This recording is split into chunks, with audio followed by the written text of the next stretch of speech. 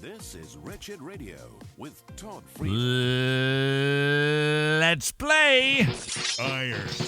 Criticizing iron. This is Wretched Radio, not to hack on Dennis Prager, but he seems to be rather prolific lately. Would like to share with you one of his video clips from Prager University, and let's work through his argument that there must be an afterlife. So here is a Jewish man.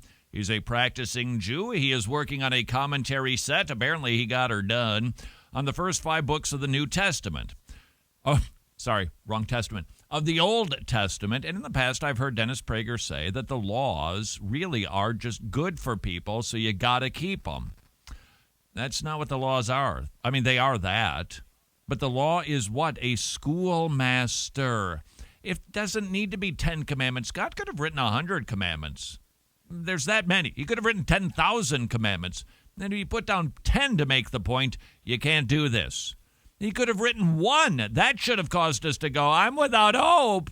Pick one of the commandments. You don't break that one a lot? We all do, especially when Jesus magnified the law. You've heard it said of old. But I tell you, gulp, nobody can keep any of the commandments. It just requires 1 commandment, not 10, for us to understand salvation is not through works. Dennis Prager apparently thinks that it is, because we've heard him say in the past he looks forward to being judged. Oh, no, you don't, Dennis. You don't. Your thought life, it will be revealed. Your deeds, your lack of deeds, self-righteousness, all of it will be brought into the light. You don't want to be judged. Dennis Prager, stating that there's an afterlife, making the case. Now, I have to confess to you, I mentioned before, I really genuinely like Dennis Prager. I would have a meal with Dennis Prager anytime. He is delightful company. He really is a charming, nice man. So what you hear on the radio with Dennis, that's pretty much the way he is. I don't know what he's like at home. None of us do know what any of us are really like at home. Likeable fellow. He's going to make the argument that there is an afterlife. And Tony and Joey, I want you to listen. These are relatively short clips, and see if his logic and his reasoning, which he said he uses toward his approach to the Bible, is sound. Here's Dennis making his case. If there is a God, there is an afterlife.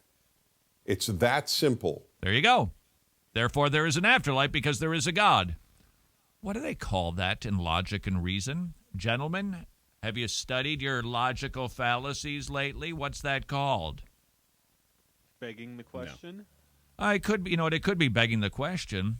But that taking a shot in the dark. Yeah, but begging, there's a lot of these kind of flop back and forth. This, to me, is just circular reasoning. That's all. If water is wet, or if there is water, then water has to be wet. There's water, therefore it's wet. You'd go, well, you didn't prove anything there. And neither did Dennis. If there is a God, there is an afterlife. It's that simple. Okay. Why? Who says that there's a God? This is quite fascinating to me that Dennis Prager, who just wrote a commentary set on the first 5 books of the Bible, does not have a source of authority. Listen to how hollow this rings. There's logical fallacies all over the place, which is really surprising for Dennis. But more than that, for each and every one of these, I can respond the same way, and so can the atheist. 2 words. Says who? If there is a God, there is an afterlife. It's that simple. Okay, so who says that there's a God? That's just so easily dismissed. Clip number 2, slightly longer. This life is filled with an immeasurable amount of injustice and suffering. Yes. The only way there can be some ultimate justice for victims of evil is if there is an afterlife. Stop right there. So who says that needs to happen? Nobody.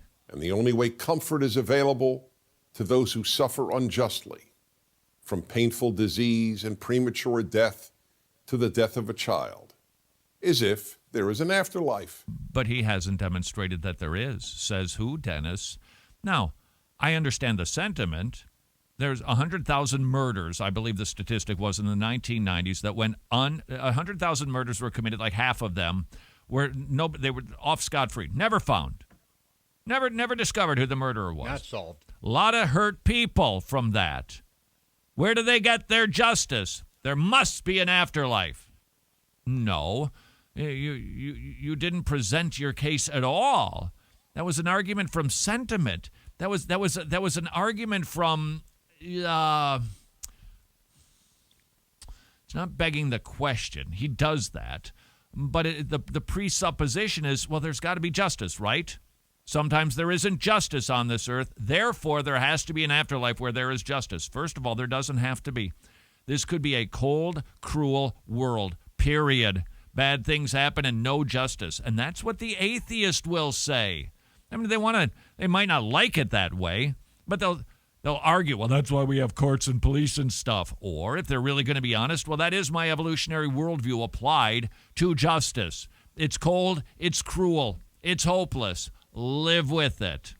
Eat, drink, and be merry, for tomorrow we die and there's no justice. So Dennis is left with absolutely nothing, he continued. But such an afterlife exists only if there is a good and just God. Therefore, a good and just God provides a way to compensate for all the unjust suffering in this world. So here's how he builds his case. There's unjust suffering in the world. In order for there to be justice, there must be an afterlife. But in order for there to be an afterlife, there must be a God. But such an afterlife exists only if there is a good and just God. All right, so what has he failed to prove about the afterlife? That it exists, that justice happens there, and what he's building his case on, his foundation is there's only an afterlife if there is a God. Has he proven there's a God yet? Nope. Since God is not physical, the physical world is not the only reality. So now he's trying to prove the existence of God. What does he do? Listen to this. Since God is not physical, you haven't demonstrated that he exists. And who is this God? And who says that he's not physical? He's building his argument on absolutely nothing. He is presupposing, he's making statements of truth without grounding them in anything. In other words, Dennis says who? There is also a non-physical reality. Says who? And we humans have a part of us which, being non-physical, survives the death of our body. We call it the soul. Says who? Have you got a soulometer? Have you got some sort of equipment that you can hook up to demonstrate? Yep, there's a soul. So he's building this all on nothing. It's circular. It's ungrounded. It's making statements without backing it up with any sort of, not proof, authority. But if there is no God, this physical life is all there is. Okay. So no God, no soul, no afterlife. And therefore, no justice. Ain't that a bummer? If you believe in a good God, then you have to believe there's an afterlife. And what if I don't? You have not established anything, Dennis. If you say you believe in God, but not in an afterlife, the God you believe in is not only not good, that God is cruel. Okay, maybe that God is. How would we know, Dennis? That God made a world filled with unjust suffering and just left it at that. Okay, so that's an emotional plea, but you haven't demonstrated anything. People always ask me, so what happens in the afterlife? To which I can only respond, I don't know. Why not? You've made everything else up. You've made up soul. You've made up the character and the nature of God. You've made up a concept of justice in the afterlife.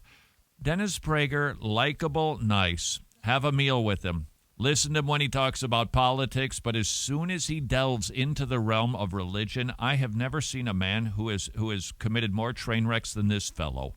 And you and I can learn something from Dennis. Don't argue without an authority. Any atheist who is thinking would tag that all over. I'm not a logician. I don't specialize in this stuff. And I'm listening to it and going, what? What are you talking about? You're circular? You're assumptive? You're lacking any sort of authority. Your reason is kafritz, and you're supposed to be Mr. Reason, Dennis.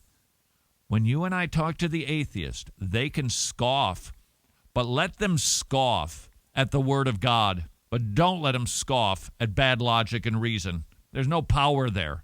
Instead, when you talk to somebody, you want to talk to somebody about an afterlife? It goes back to the question in the garden. Who says, God or Dennis Prager, God or man, God or atheist? Who gets to determine this? That is the battle of the first age, and it is the battle of our age.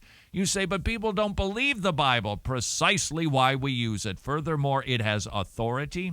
Furthermore, you can simply deflect it when they get angry at you and say, your argument is not with me, it is with God. Furthermore, it has power. It is a two-edged sword. Take it out and wield it, whether they believe in it or not, which is precisely why that word was given to us. This is Wretched Radio. Thank you very much for watching one segment. You can listen to 3 more, well, if you can stomach it, for free at wretched.org, iTunes, Android, whatever your listening device is. If you have a plate in your head, you can pick up the program from anywhere around the world, thanks to the ongoing monthly support of our gospel partners. Should you be one of the people who has listened to the program for an extended period of time, meaning more than once, would you please consider becoming a gospel partner so we can continue to proclaim the good news of the gospel? Simply visit wretched.org.